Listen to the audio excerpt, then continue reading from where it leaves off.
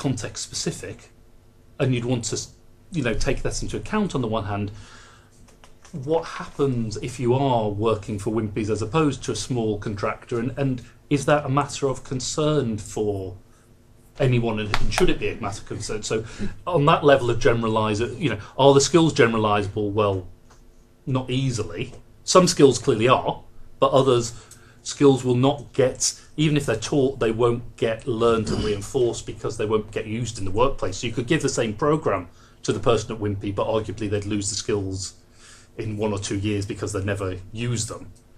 What do we do about that? So there's a generalisability of skills issue, but there's generalisability of is there something that we hold to be important in the educative function of vocational education training that has to be generalisable for citizenship, for nation building, for whatever that is. So that's kind of how it might get rephrased another way. So what do we mean by generalisable, and what do we want to hold in that? I was thinking more of the job satisfaction as well. That they've discovered that it's better to allow somebody on a production line to make the whole car, sure, and not just tighten that nut.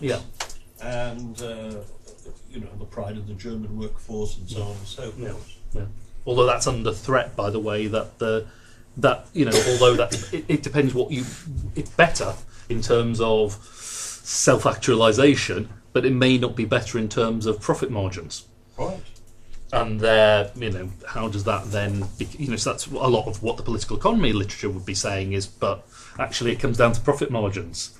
And the German model was distinctive and was seen by many people as better, but of course it came out of many things, including trying to make the country work after the war, and it came to a model that worked, but it's increasingly in the 90s it was seen that it wasn't working as well as the British or American if you took short-term answers. Now it might not look that you'd be looking to Britain rather than Germany as the answer. They're doing all right. Yes, so some of it is that literature would insist these are always contextual.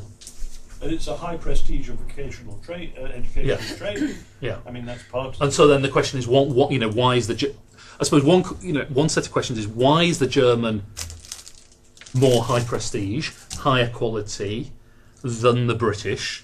And once we've understood that, is there anything we can do here? And that's where I think the political economy very quick, we certainly in South Africa, we did the critique of why the South African system was so bad.